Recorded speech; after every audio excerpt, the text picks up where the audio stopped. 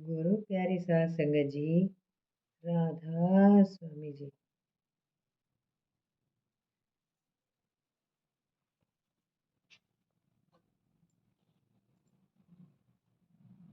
हजूर जी कभी कभी फरमाते थे कि मैंने बाबा जी महाराज जी से 3-4 बार लिए हैं। पहला तो ये था कि हजूर जी के लंगर में कभी कमी ना आए। हजूर जी ने बाबा जी महाराज जी से विनती की थी, मैंने कभी किसी से कुछ मांगा नहीं है, आपका लंगर बराबर चलता रहे और मुझे संगत से कभी ये ना कहना पड़े कि आज लंगर में फला चीज़ की ज़रूरत है। इस पर बाबा जी ने फरमाया, बच्चों तुम्हारे लंगर में कभी कोई कमी नहीं आएगी और लंगर कभी ना खुटेगा। और आज तक ऐसा मौका कभी नहीं आया कि लंगर में कभी कोई चीज़ कम पड़ी हो। हजूर जी खुद लंगर के सेवादारों से फरमाया करते थे कि आप लोग संगत को लंगर में बड़ी खुशी और प्यार के साथ खिलाओ। बाबा जी महाराज जी का भंडार अखुट है, यहाँ कभी कोई कमी नहीं आएगी। दूसरा बार हजूर जी ने मांगा था कि अगर मैं कभी गुस्से में आकर किसी से कुछ कह भी बैठूं तो उसका नुकसान ना हो। तीसरा ये कि मेरी संतान किसी के आगे हाथ ना फैलाए। एक बार हजूर जी ने बातचीत के दौरान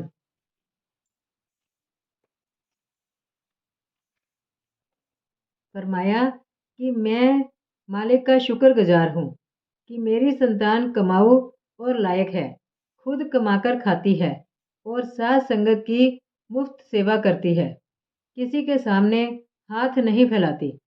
चौथा वर बाबा जी ने ये दिया था कि जिसको हजूर महाराज जी नाम बख्शेंगे उसकी पूरी पूरी संभाल होगी। इस प्रसंग में हजूर जी फरमाते थे कि बाबा जी महाराज जी के वचन थे, बच्चों यहाँ तेसा कंडी चलती ही रहेगी। बाबा जी के ये वचन सच साबित हुए। जिस दिन बाबा जी महाराज जी ने डेरे में कोठरियाँ और नामघर बनाने की इजाज़त हजूर जी को बख्शी, उसी दिन से तेसा कंडी चल रही है और निर्माण कार्य एक दिन के लिए भी नहीं रुका। आज बढ़ते बढ़ते यह स्थान एक विशाल कॉलोनी बन गया है। बाबा जी के वचन के अनुसार आज भी इमारतों का काम निरंतर चल रहा है। उन दिनों डेरे में बहुत थोड़े से मकान थे और बाहर से आने वाली संगत सत्संग घर, नामघर, बरामदों, चुबारों आदि में ठहरती थी। कुछ अफसर तथा पढ़े लिखे व्यक्ति उस वक्त के 5-6 छोटे छोटे कमरों में ठहरते थे। सब जमीन पर सोते थे और कमरे में रात को बिस्तर एक दूसरे से बिल्कुल सटाकर लगाने पड़ते थे। सुबह सारी संगत जंगल पानी के लिए बाहर खोहों और कंदराओं में जाती थी। नहाने के लिए या तो दरिया का किनारा था या कुआं। हजूर महाराज जी खुद भी सुबह शौच आदि के लिए जंगल में जाते और कुएं पर स्नान करते। बिजली तब तक नहीं आई थी। स्टेशन से डेरे पैदल ही आना पड़ता था और रास्ता खेतों में से था। जब हजूर डेरे में आकर रहने लगे तो अपने 2 कार्य हाथ में लिए, डेरे का विकास और संत मत का प्रचार। जैसे जैसे संगत बढ़ने लगी, मकान बनने शुरू हो गए। डेरे के अंदर की सड़कें तैयार होने लगी और संगत ने सेवा करके स्टेशन से वड़ाइच गांव से कुछ आगे तक सड़क बना दी।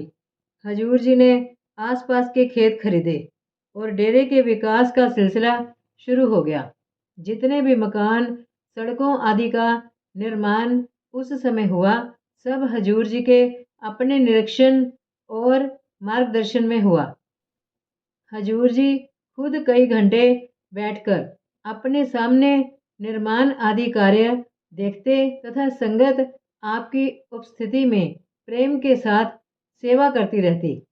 जिस समय बाबा जी महाराज जी यहाँ आकर रहने लगे, उस वक्त बड़ाइच और बलसराय के बीच की बहुत थोड़ी सी जमीन पर डेरा बना हुआ था।